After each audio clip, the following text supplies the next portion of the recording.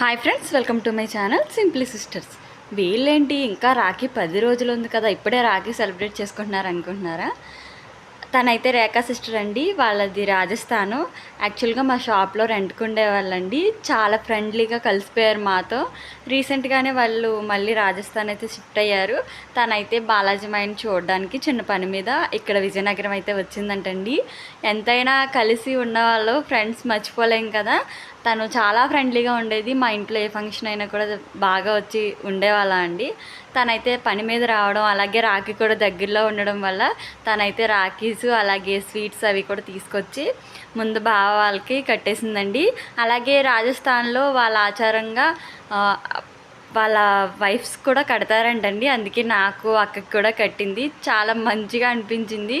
తను ఇలా రావడం కట్టడం తనకే హ్యాపీగా అనిపించింది, మాకు చాలా హ్యాపీగా అనిపించింది. రేఖా సిస్టర్ అయితే ఈరోజు నైట్ ట్రైన్కే రాజస్థాన్ అయితే వెళ్ళిపోతుందండి. అందుకే ఆ రోజే మాకు కట్టేసింది రాఖీ. అలాగే బావ వాళ్ళు బయటికి వెళ్ళినా కూడా ఇంటికి వచ్చే వరకు కూడా వెయిట్ చేసి మరీ కట్టిందండి. మీరు ఎలా సెలబ్రేట్ చేసుకుంటారో రాఖీని తప్పకుండా కామెంట్ చేయండి. అలాగే రాఖీ కోసం ఫుల్ వెయిటింగ్. Thank you.